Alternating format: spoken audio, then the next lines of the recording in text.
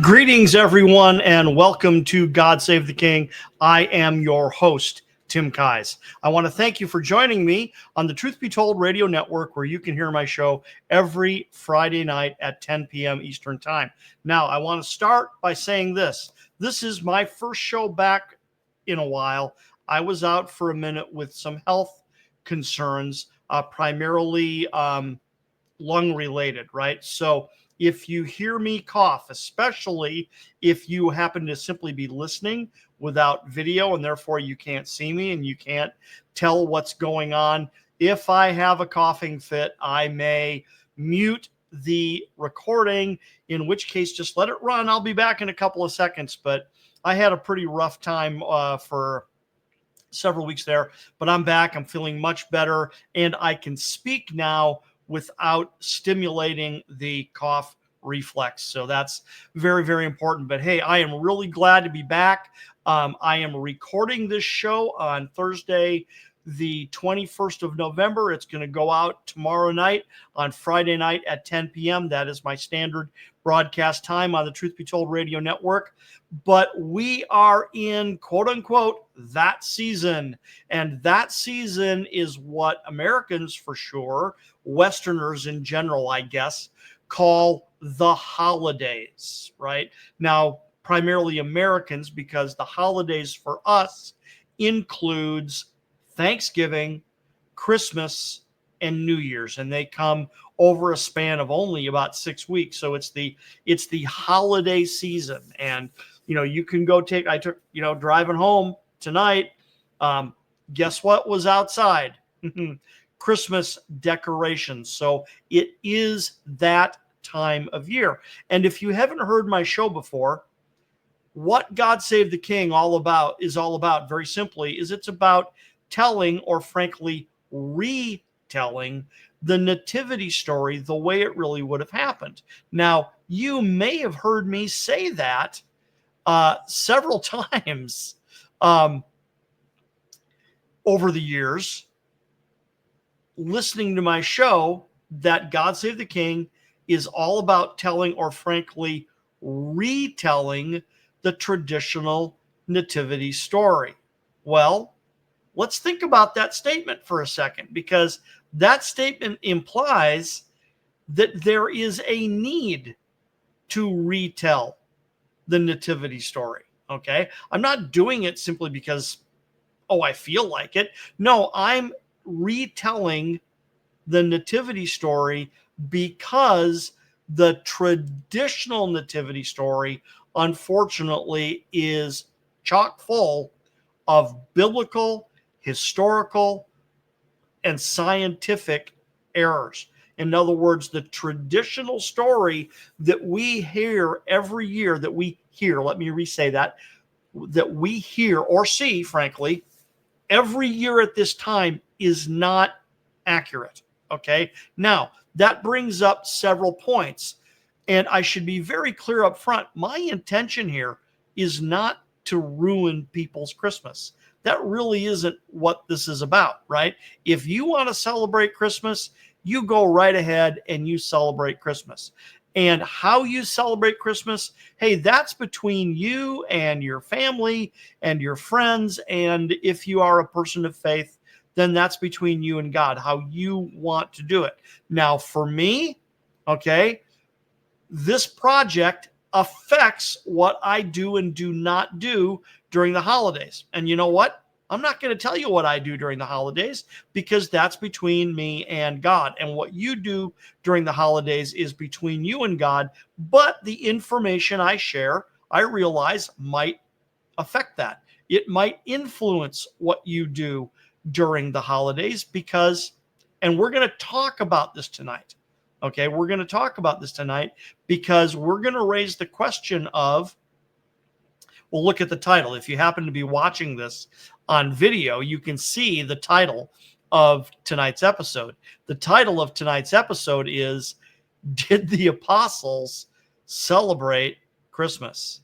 Okay, and if you've heard my show before, if you have any clue what I am about, you're already well aware that the answer to that question is going to be no.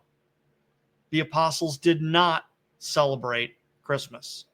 Christmas is a later development. Okay. And that's a key word. It is a later development. It is something that developed over time. You can't find Christmas in the Bible. It is simply not there. So let's talk about that. Let's unpack this a little bit, because this is the holiday season. And frankly, this is a good time to have some of these conversations if you are having a conversation with someone who's actually willing to have a conversation as opposed to an argument or even a debate. I'm not a big fan. I despise arguments. I'm not a big fan of debate either, frankly, but I'll have a conversation with you. Okay. I will absolutely have a conversation with you. So, but let's talk about this, right? So, where I want to start with this is I want you to play along and play a thought experiment in your mind with me. So, here we go. The thought experiment goes like this. I want you to imagine that time travel is real, okay? And we're not going to get into the whole notion of, that if you go back in time, you change history. I'm just simply talking about that you can visit a past time.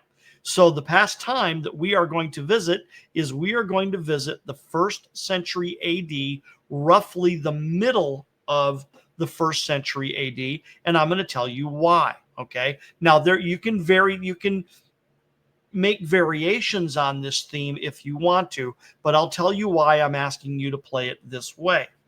So when you read the Bible, there are really only two predominant records. There might be an odd verse here or there that speak about the birth of Jesus, or what we call the nativity. And those are the Gospel of Matthew, chapters 1 and 2, and the Gospel of Luke, chapters 1 and 2. And to a slight degree, a portion of Luke chapter 3, because Luke chapter 3 contains a genealogy. So that affects things a little bit, but it's really not considered part of what are called the infancy narratives. So in academic circles, the infancy narratives are Matthew 1 and 2 and Luke 1 and 2. And the infancy narratives are about Jesus's nativity and infancy. And there it is. There, and that's it. It's 4 chapters. Okay. Now, who wrote these books? Okay. Well, one was written by Matthew and one was written by Luke. Okay. So we're not going to get into the debate about whether, there's lots of skeptics out there who want to say that, no, it wasn't written by Matthew. No, it wasn't written by Luke. No, Mark wasn't written by, blah, blah, okay. We're not getting into that. Okay. Just not doing that tonight. We are going to operate under the assumption and frankly the conclusion that Matthew did legitimately write the gospel according to his name, and that Luke did write the gospel according to his name. Now, I want you to imagine, frankly, that it's roughly about 60 AD. Now, there's a reason for this. There's a reason I am picking that date, is because that is likely about when these books were written down. Now, there are a variety of theories that may affect exactly when they were written. We don't know exactly when they were written, but this is how historical investigation works, and that is critical to everything I do here at God Save the King, is because this is historical investigation, and it is treating the Bible as a legitimate historical source. Now, that is going to ruffle some feathers right there. There's a lot of people out there that want to automatically claim that the Bible is not a viable historical source. And frankly, people claim that sometimes simply because it's a religious book, which is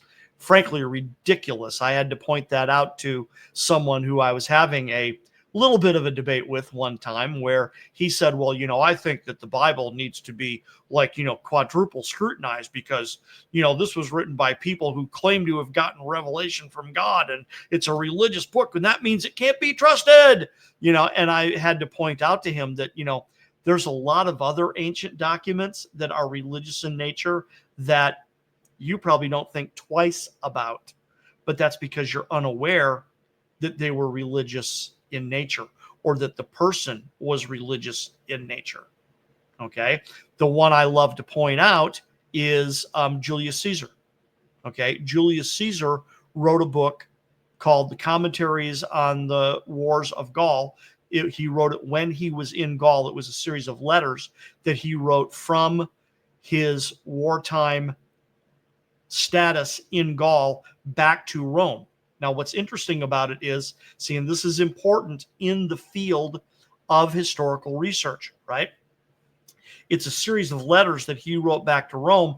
And what's very interesting is it's widely recognized that these letters were essentially propaganda. Okay. So that is something you have to consider when adjudicating historical documents. Who was writing it, when were they writing it, et cetera, et cetera, et cetera. Why were they writing it? Who was their audience? These are all questions that you legitimately must ask and answer if you are going to do solid historical research. But the reason I'm pointing this out is because Julius Caesar was the head of the Roman religion.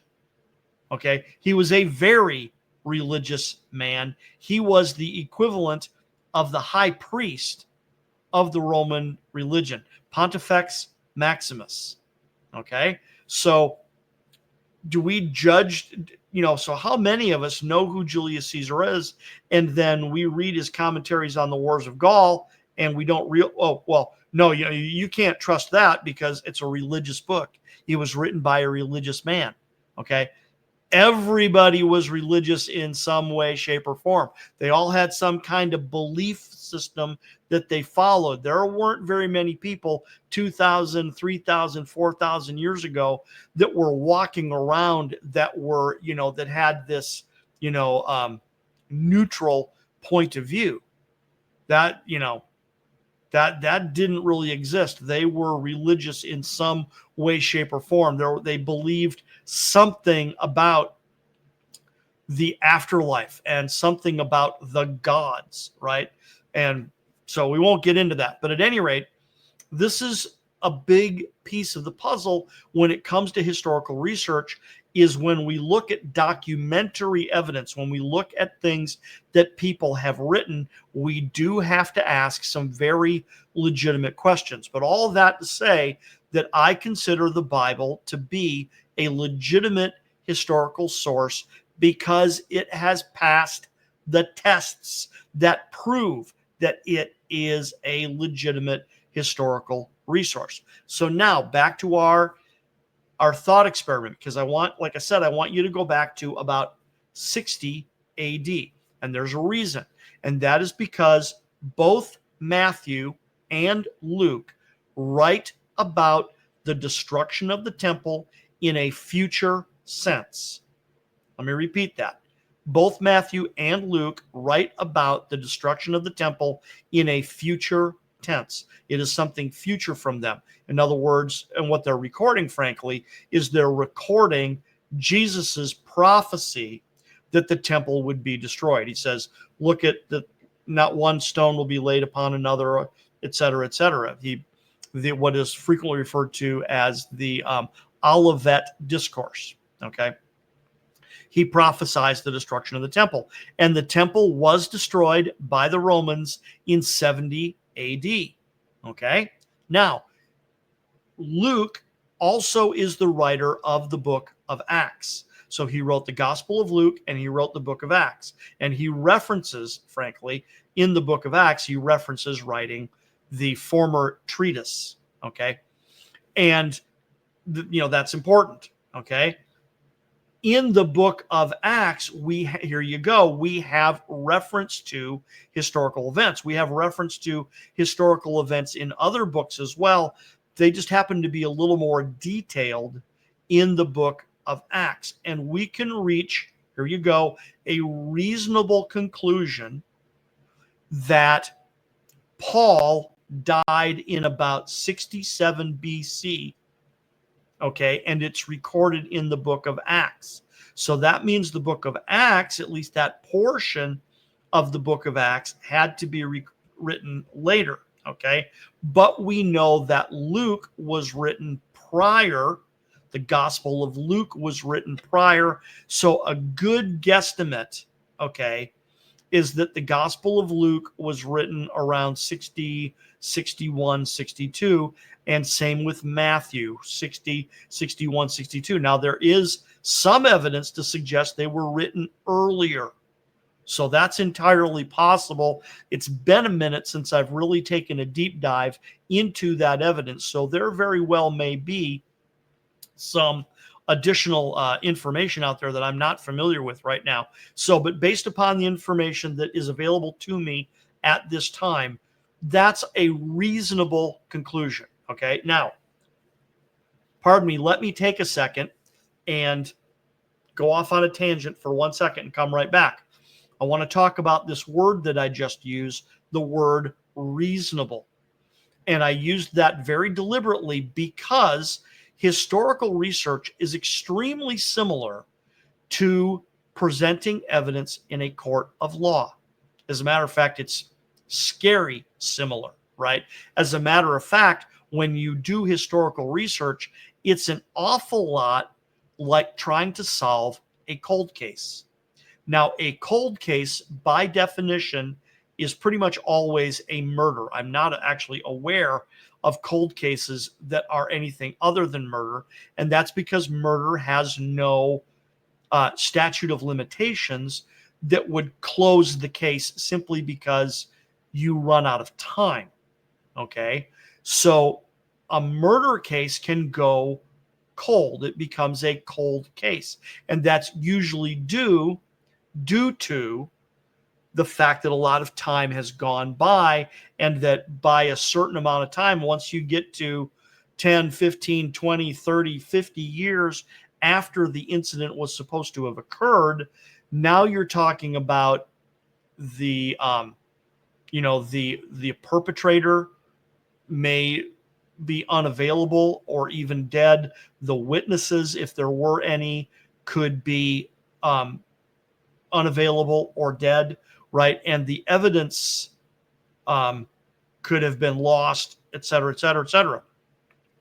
So, like I said, history is a lot like a cold case because, ready for this? This is important because we've all watched so much TV that we've probably got preconceptions going on in our mind about certain things because we've watched, courtroom dramas on TV. Get ready, because cold cases are solved by using circumstantial evidence. Okay? Because on the courtroom dramas that we watch on TV, we hear things all the time. Well, that's circumstantial evidence. That doesn't prove anything. On the contrary, circumstantial evidence can prove a lot. Now, the key is how much circumstantial evidence are we talking about? Are we talking about one or two pieces of circumstantial evidence? Or are we talking about 10 or 20 or 30 or 50 or 100 pieces of circumstantial evidence? Because that makes a huge difference. So if we were literally talking about a cold case, right? And we're the detectives working on the cold case, and we have to present our evidence to a judge, and the judge is going to be the one who decides. Okay, you don't take this in front of a jury. You just take it to a judge, and then the judge adjudicates and says, "Yep, you guys have proven in air quotes that this is what happened," right? But so an example of circumstantial evidence would be, okay, well, so it's 2024. Okay. So let's say we're talking about a case that is 50 years old, right? So we're going back to 1974. Okay. And there was a murder, in Pick Your Town, USA, right? And there was, it occurred in an apartment, and there was blood at the scene, and there were tire tracks outside, and there was not only blood inside, but blood outside. And there was a murder weapon, a potential murder weapon was uncovered, et cetera, et cetera. There was fingerprint evidence, right? All this stuff. So when that evidence is, and then at the time, DNA identification may not have been possible, but it is now, right? So if they still have viable blood samples, et cetera, et cetera, et cetera. So the point being is that you could have a person of interest, and then you could have a long list of circumstantial evidence that places that person at that crime scene at a certain time. And, back then it's entirely, it's unlikely, but it's possible that you could have had video evidence. They had security cameras back then, so someone could have been caught on a security camera. They're not as prevalent as they are today, not by a long shot, and it would have had to have been, legitimate film, I believe. I'm making up the example as I go along here, but the point being is that if you've got blood evidence at the scene, you've got fingerprint evidence at the scene, if you've got fiber evidence at the scene, you've got blood evidence outside the apartment in addition to being inside the apartment, you've got tire tracks, you've got video. See, now you're stacking up, and if you can tie all these things to a specific person, you can make the decision a reasonable decision, right? And plus, if you add in the fact that, okay, well, this person knew this person, we know that they knew each other, we know that they had problems with each other, they didn't like each other, there was arguments, blah, blah, blah, blah, blah, blah, and the next thing you know, you can make a reasonable conclusion that this person must have killed this person, okay? But the key word there is reasonable. See, and the reason I bring this up is because we hear this statement in television and film courtroom dramas where and it will get misstated. It will get misstated. The way the statement is supposed to work is that the instructions to the jury is they must reach a conclusion beyond a reasonable doubt, not beyond all doubt. See, and I've heard that in certain courtroom dramas. You've got to reach a decision beyond all doubt. No. That's not what it means. It's beyond a reasonable doubt. Okay. As a matter of fact, I saw a drama. I don't remember what it was and when I saw it, but I remember watching this courtroom drama and just going, oh my God, that's so, a real attorney would have driven a truck through that, right? Because the defense attorney, I guess, was questioning an expert witness or something of that nature. And they said, well, isn't it possible that it could have been done by somebody else? And see, the prosecuting attorney would have jumped all over that and said, no, wait, objection, Your Honor. And you know what? And the judge would have said, objection sustained. He wouldn't have had to have finished his statement. The judge would have struck it and said, nope, you don't get to say that. Because it's not about the possibility. It's about the reasonableness. That is what matters in a court of law. Is there a 1 in a million chance it could have been done by somebody else? Well, sure. Sure, there's a 1 in a million chance that it could have been done by somebody else. That doesn't overturn 50 pieces of circumstantial evidence that say this guy did it. Okay? And that's the way historical evidence works. And frankly, that's the way historical evidence works with the foundational fact regarding the work that I am doing, which is the date of Jesus's birth. Okay? Is it possible that Jesus was born on December 25th? Sure. Of course it's possible he was born on December 25th. Is it reasonable that he was born on December 25th? No, absolutely not. It is not reasonable. That is not a reasonable conclusion because the evidence does not point to it. The evidence does not point to December 25th. The evidence points you somewhere else. December 25th is a tradition that developed later that has been believed by a lot of people. There's a lot of people who believe that Jesus was born on December 25th, but that's simply because they believe Jesus was born on December 25th. They've never looked at the evidence. They've never considered the evidence. And that's because there isn't much evidence. That's extremely, extremely limited evidence that even suggests, that even suggests he was born on December 25th, let alone proves that he was born on December 25th. And we're going to get, we're going to get into that in just one moment. But I want to get back to our thought experiment. And I know I keep going on these tangents and coming back to our thought experiment, but that's because this information is relative to how we approach these ideas. It's very, how we approach this is extremely important. So like I said, I want you to imagine that we can time travel back to about 60 AD. And what we're going to do is we are going to interview either Matthew or Luke. And the reason we're going to interview Matthew or Luke is because they are the two gospel writers that recorded the birth of Christ. And therefore, we want to ask them about the birth of Christ. So we teleport, whatever the right word is, back to 60 AD. And then after we overcome the weirdo obstacles about, who are you and what are you doing here? And because, we would stand out. See, and that's part of my point. That's one of the I love a good time travel movie, by the way. I love a good time travel movie because any time traveler is going to stand out. They are going to stand out. And that's a big part of the point, frankly, that I'm about to make, is that a time traveler would stand out, right?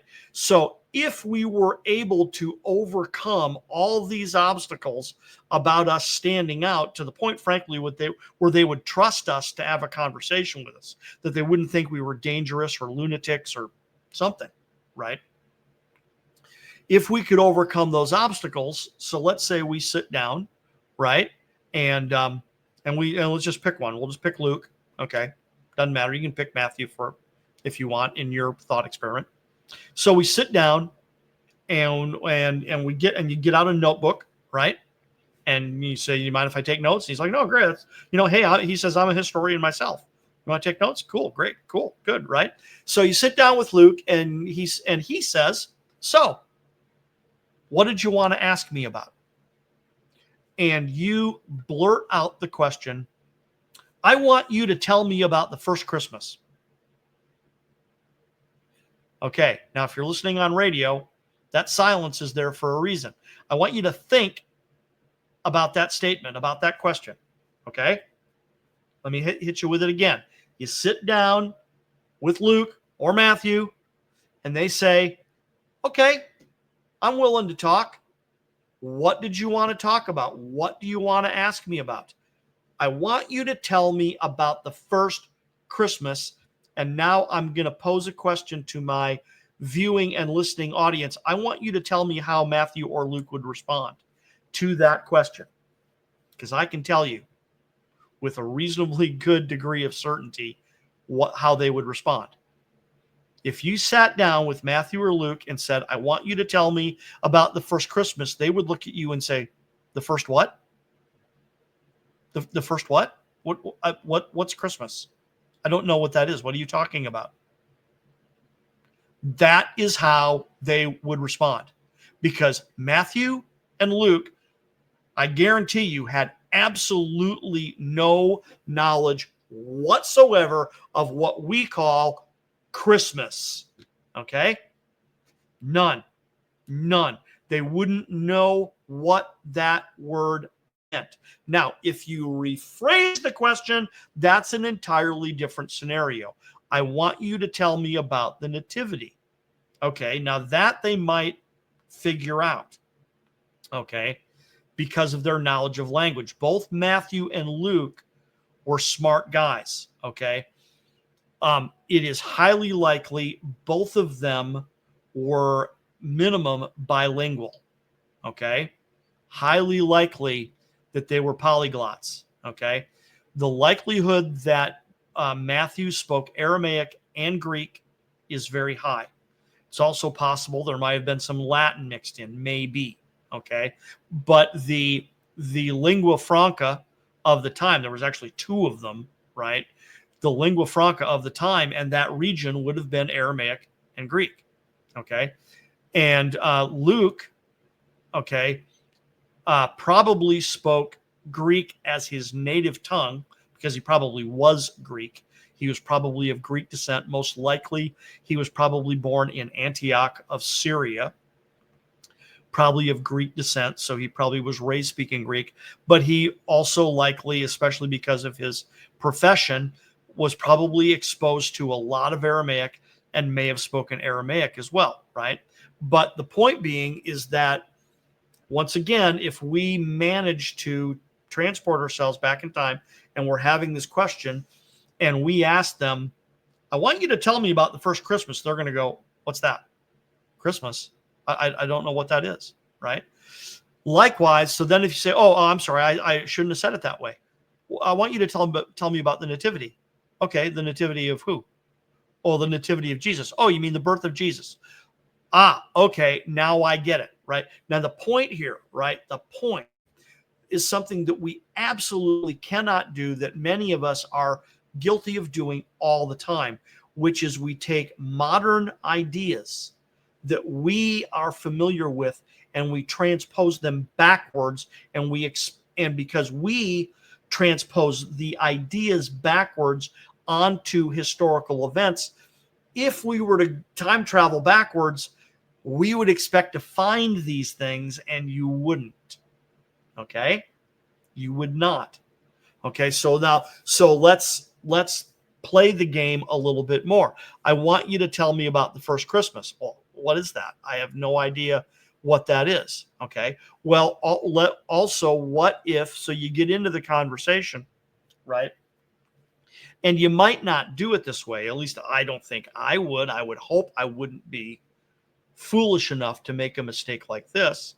I mean, if I were interviewing one of these guys, okay, I would probably want to start with, do you know when Jesus was born? Do you know his birth date? Because you know what? They might not have known. Okay? There's some irony for you. Okay? There's some irony for you because there is no biblical evidence that suggests that Matthew or Luke knew his birth date. Okay, now maybe they did, right? Because there's an awful lot of information circling around the outside. Okay, there's a lot of information circling around the outside that suggests that, okay, maybe they did, right? But there is no direct information that says, right? I mean, Matthew records, you know, the birth of Jesus was like this when Joseph and Mary were betrothed, blah, blah, blah, blah, blah, you know, okay. And then, Luke writes something similar, okay. So they evidently knew about the birth, but there's no explicit statement that says they knew when the birth date was. So therefore, that would be one of the first questions out of my mouth would be, do you know? Do you even know? Okay. Then, of course, the next logical question would be, okay, well, when was it? Could you please tell me when it was, right?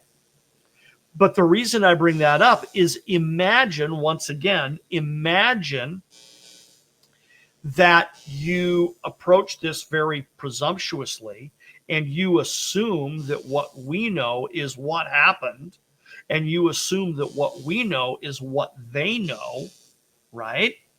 Okay. And one of the things that I've been mentioning for decades about this whole equation is that, see, we learn more about the birth of Jesus from quote unquote Christmas sources than we do from historical or biblical sources.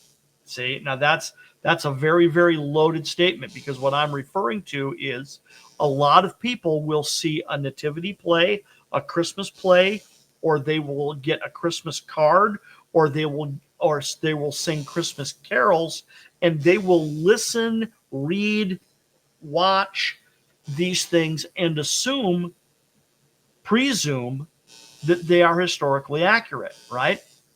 I didn't plan on going here tonight, but we'll go there for a second. Go get the lyrics to the Christmas Carol, the first Noel. See, now Noel, the word Noel, is a synonym for Christmas. Okay, right? So there's another one. If you went back in time and you well and the first and the first the word Noel, by the way, is a synonym for Christmas. And if I remember correctly, I could be wrong, so you got to give me the opportunity to correct myself if I'm wrong. I seem to remember that the word Noel was common in England in the 17th century, 17th and certainly the 18th century. I believe it might even go back a little bit earlier. But if you're thinking the 17th century, that means 1600s, right? And the 17th century, and especially 16th century England, oh my word, because you're talking Reformation. The Reformation in England was ugly everywhere, but it was really ugly in England. Christmas was made illegal. Okay. So part of what I'm referencing here is that Noel was an equivalent, but I want you to imagine, what if you lived at that time? What if you lived in 16th or 17th century England, and now, well, now there's an thought experiment that just occurred to me. So let's play with it for just a second. See, because the English Puritans who wound up, traveling to North America and founding colonies in what became the United States, they were a type of Protestant. In other words, they were protesting against the Roman Catholic Church, and they wanted the freedom to, read the Bible for themselves and then to worship according to the way they understood the scriptures and according to their own conscience, instead of being told what they had to do. Now, that's another topic for another time, because that's what Roman Catholicism taught at the time, and frankly still teaches today, is that they tell you what to do. You don't get to decide that for yourself. If you're an obedient Roman Catholic, you have to do what the Roman Catholic Church says. So that's what the Protestant Reformation was all about, is, wait a second, number one, I want to be able to read the Bible for myself. Okay. I want to be able to read it in the language that I speak, not just in Latin. Okay. I want to read it in the language that I speak. And I want to make up my own mind about my relationship with God. Now, those were very, very foreign ideas at that time. You didn't do that. Only the priests read the Bible. They only read it in Latin. They told you what it meant, and you had to believe it. And that is not a stretch, ladies and gentlemen. If that is unfamiliar to you, that is not a stretch. So it was radical.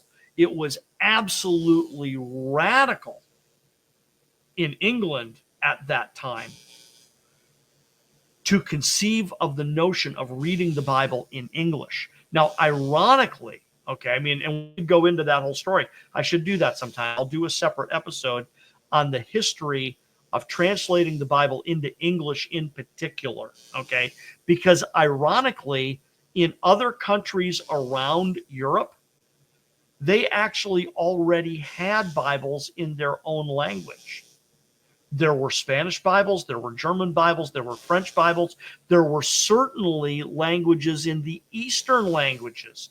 There were Bibles in Coptic, there were languages in Syriac.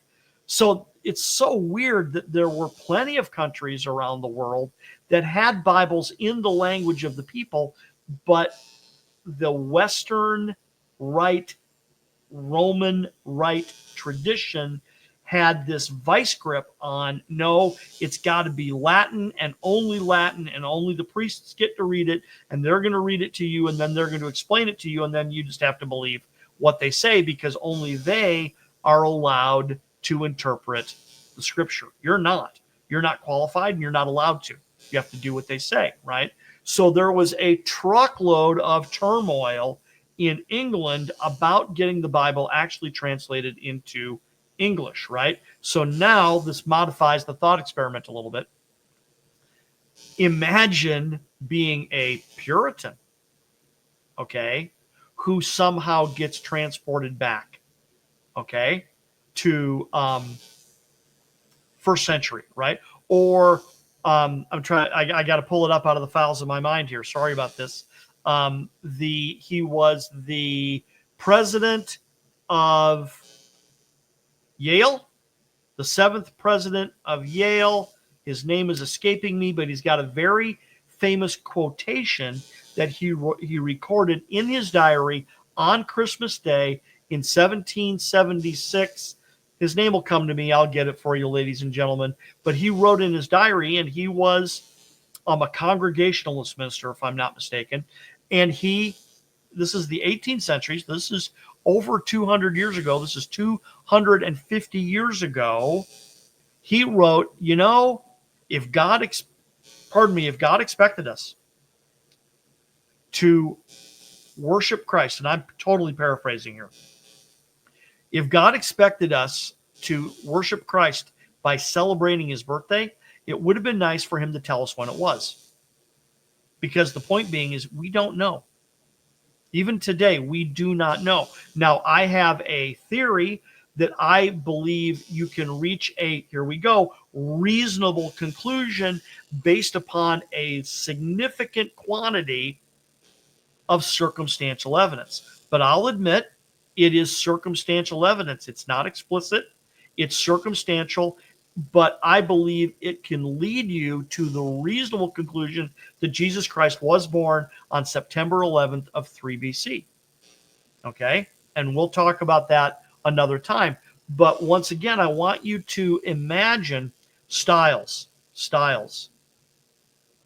Can't remember his first name. I'm just drawing a blank. Sorry about that, ladies and gentlemen. But Stiles was the seventh president of Yale College, Congregationalist minister, and he wrote that statement in his diary. Ezra Stiles, there it is, Ezra Stiles. Ezra Stiles, Congregationalist minister, seventh president of Yale College, in his diary, Christmas Day, 1776. It would have been nice to know when Jesus was born, okay? Because we don't know. So imagine Ezra Stiles going back, right?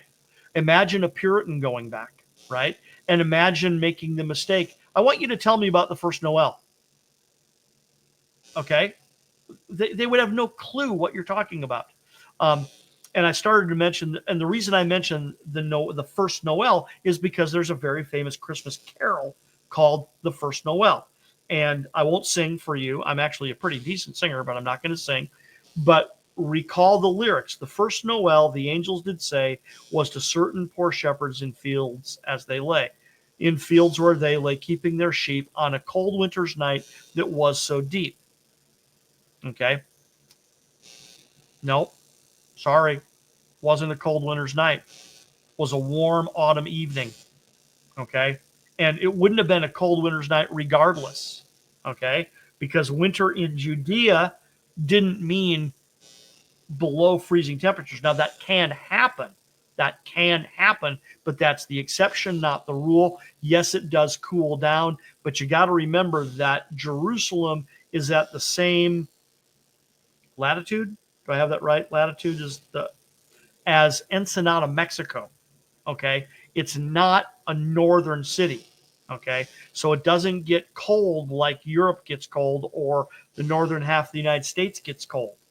They would have winter the way Ensenada, Mexico has winter. Okay, except that they're not on the ocean, which would of course change things, right? But the point being is you can go through the Christmas Carol, the first Noel, line by line, and you find more errors than accuracy. There is more wrong with that song than there is correct in that song.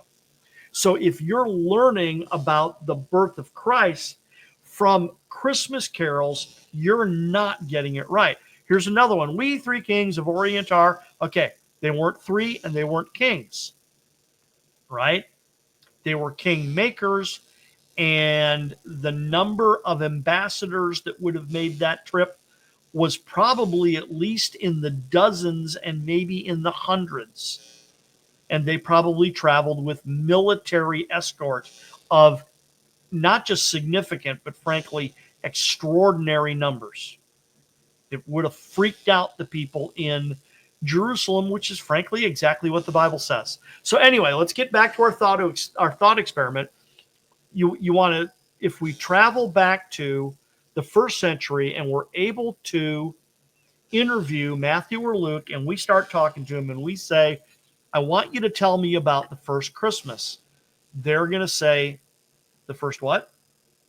I don't know what that is. Well, tell me what it's like. I mean, and well, so now let's do it again. Let's modify it just slightly. Let's say we travel back and we're able to calculate the date, okay? And that we calculate the date and it's December 20th. And that therefore we think that their celebration of Jesus's birthday is going to be in 5 days, right? Well, hey, what are you doing to get ready for Christmas next week? Get ready for what? Oh, I'm sorry. I'm sorry. I didn't realize you won't recognize that word. What are you doing to get ready for the nativity, the celebration of the nativity next week? Well, whose nativity? Well, Jesus. You mean Jesus' birthday? Is that what you're talking about? Yeah, that's what we're talking about. Well, we don't really do that. We don't really celebrate people's birthdays. It's not really part of our culture. Really? I didn't know that. Oh, yeah, it's true. We don't really do that. The pagans do that. Roman emperors do that. Herod does that. We don't do that. We don't really do that. Okay.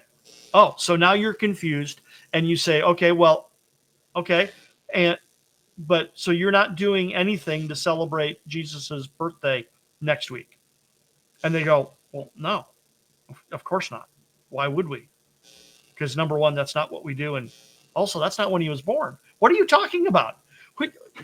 Okay, I understand you're a time traveler and you came back, 2,000 years and that you want to interview me about the birth date of Jesus, about the birth of Jesus. But man, where are you getting your information? You don't have anything right. Can we start over from the beginning and maybe just let me tell you about the birth of Jesus instead of you asking me these ridiculous questions about something called Christmas and the first Noel and this bizarre notion that he was born in the middle of the winter? Where do you get this information from? Okay. And that's because all of this information developed later. It all developed later. And the interesting thing is, and seeing, I already said this. I already said this. Is it possible that he was born on December 25th? Sure, it's possible. Okay, now what are the odds of him being born on December 25th? Well, the odds of Jesus being born on December 25th are exactly 1 in 365. Okay, you probably saw that one coming. Okay, that's because the odds of him being born on that day are the same as the odds of him being born on any other date of the year being picked at random, because that's pretty much what it is. It's being picked at random because if you follow the evidence simply does not take you there. It simply doesn't. What little evidence there is of a December 25th birthday leads you back to someone just who had an idea. Well, maybe it was this. Oh, okay, cool. Well, maybe it was that. Okay, great, right? And then by the time you actually get any kind of repetition, okay, to where they've actually started to systematize his birth date, and you actually start to have this thing called the Feast of the Nativity, right? Where they had set up an actual holiday that was endorsed by the church structure at the time. Okay, and that's a whole nother story as well. But by the time you have a church structure declaring that followers of Christ are supposed to, quote unquote, celebrate the Feast of the Nativity on December 25th. The irony is they know what, in, like I said, even when in what little historical evidence we have, it is clear that they did not know when he was born. They were picking a date that, in their mind, here you go, seemed reasonable. Okay. Now, it's not, because they were not examining the real evidence about when he was born. They were operating on conjecture, right? And they selected a date based upon these hypotheses. Let me rephrase. They had certain hypotheses about when he was born. Okay. They had certain hypotheses about when he was born, but these hypotheses were not rigorously tested in any way, shape, or form. They just formulated a hypothesis and they said, oh, well, based upon the hypothesis, this is a reasonable conclusion. And the reasonable conclusion was December 25. Okay. And that's it. I mean, ladies and gentlemen, that's about as critical, and I mean, in light of critical examination of the evidence, as they ever got. They did not get critical with the evidence at that time. So the point being is they actually knew that it wasn't December 25th, or that the likelihood that it was December 25th was slim. They were operating on a hypothesis. They selected a candidate date that was like, okay, this seems pretty good. This seems like a good date to have a festival commemorating him. Okay, interesting. This seems like a good date because it's probably around the time that he was born. That would have been how they were thinking. So what they weren't doing is they weren't following the evidence. So we got a few minutes here, and I want to wrap up with this. And this is the point that I want to make. And the time travel thought experiment helps illustrate this point. Because if we were actually able to time travel back, number one, we'd stand out like a sore thumb because of how we look, because of how we talk, and then also because of the mind pictures that we associate that are probably not correct. And that when we would open our mouth, if we weren't asking the right questions in the right way, we would betray ourselves as not knowing what we're talking about, right?